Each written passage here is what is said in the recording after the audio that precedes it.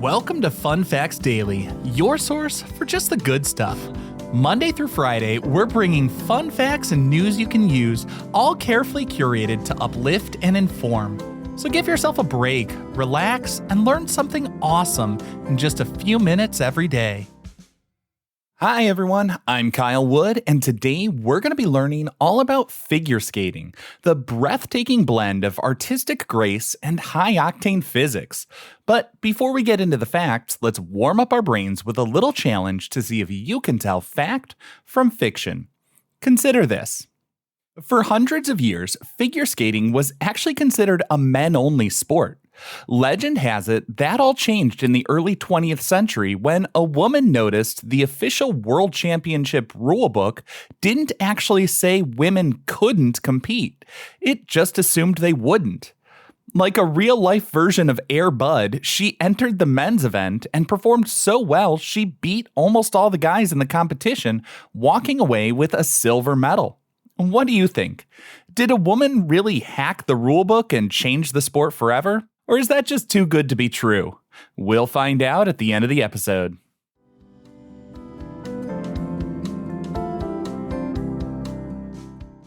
Now for your word of the day. Our word for today is Axel. That's A-X-E-L. The axel is arguably the most famous and difficult jump in figure skating. While most jumps involve the skater taking off while moving backward, the axel is unique because it's the only jump that starts with the skater moving forward. Because of this forward takeoff, the skater has to complete an extra half rotation in the air to land moving backward like all the other jumps. This means a triple axel actually requires 3.5 full spins in the air. The word is an eponym named after the Norwegian skater Axel Paulsen. He invented the jump in 1882, but here's probably one of the most amazing parts. He didn't do it on the sleek, light figure skates we see today. He actually performed the very first axel while wearing speed skates. Regardless of what equipment they're using, it is one of the hardest jumps to land and the ultimate mark of a skater's technical skill.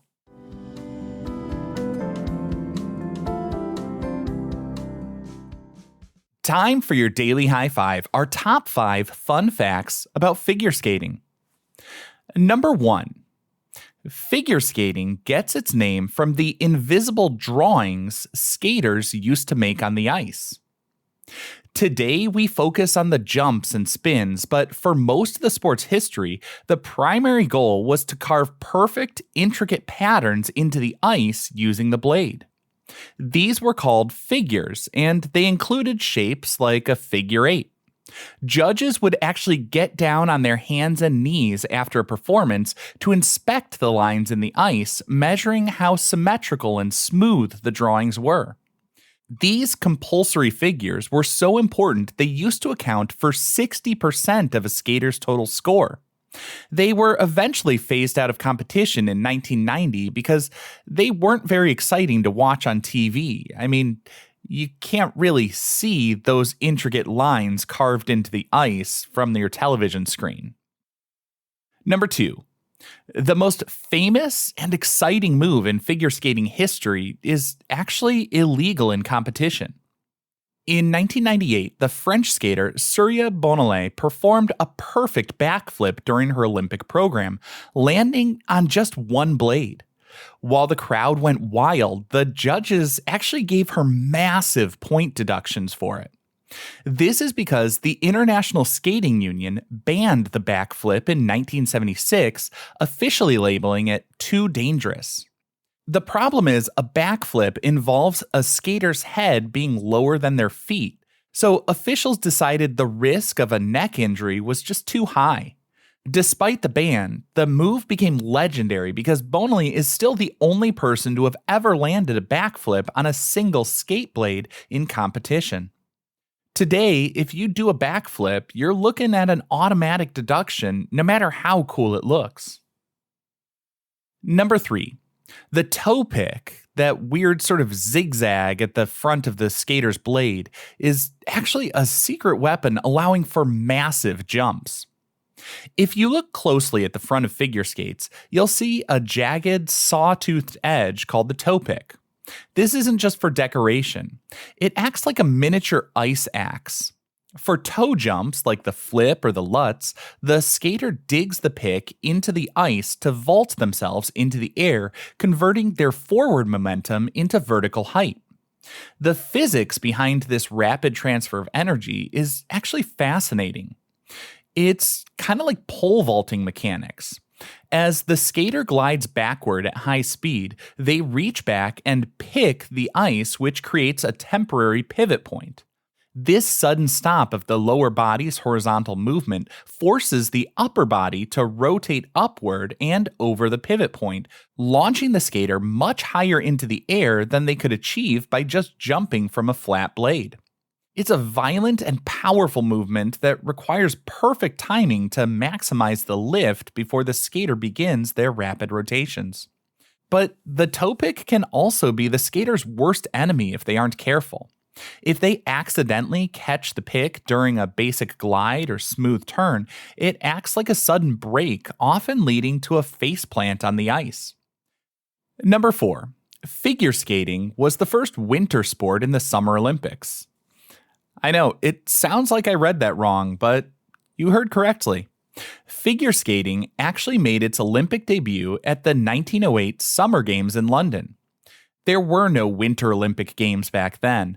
Organizers held the skating events at an indoor rink. It appeared again in the 1920 Summer Games before they finally created the very first Winter Olympics in 1924. It was a huge logistical challenge to create sort of artificial ice or have an indoor rink at that time out of season, but it was a huge draw, and that eventually led the way for other ice sports to be recognized by the Olympic Committee. And our fifth and final fun fact for today: keeping the ice just right for a figure skating competition isn't just about rolling the Zamboni over it and getting it smooth. It also needs to be just the right temperature. We often think of ice as being pretty much one temperature, freezing, but figure skating ice actually has to be kept about 3 or 4 degrees warmer than hockey ice. While hockey ice is usually kept around 17 degrees Fahrenheit or -8 degrees Celsius to keep it hard and fast, figure skating rinks are kept at about 22 to 24 degrees Fahrenheit or around -4 degrees Celsius. This makes the ice slightly softer and much more forgiving for their complex maneuvers. That slightly warmer and softer ice is important for safety and control during landings. When a skater lands a jump after spinning 4 times in the air, they're coming down with a force nearly 8 times their normal body weight. If the ice were as hard as in a hockey rink, it would be more likely to shatter or cause a blade to skitter away, leading to a dangerous fall. The softer ice allows the blade to grip or sink just a millimeter into the surface, providing the stability needed to stick a perfect landing.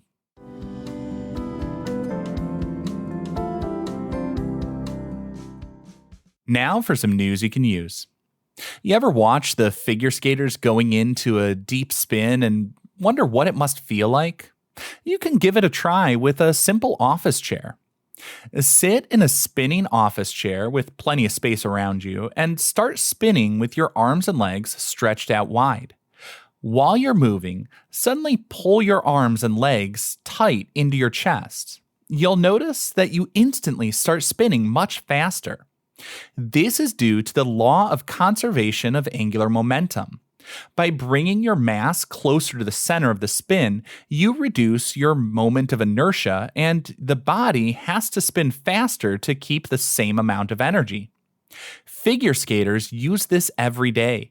They start their spins wide to build up momentum and then snap into the tight vertical line to reach those dizzying speeds. The trick to stopping? Just reverse the physics. By throwing your arms out wide at the end of a spin, you increase their resistance and slow down enough to finish gracefully on one foot.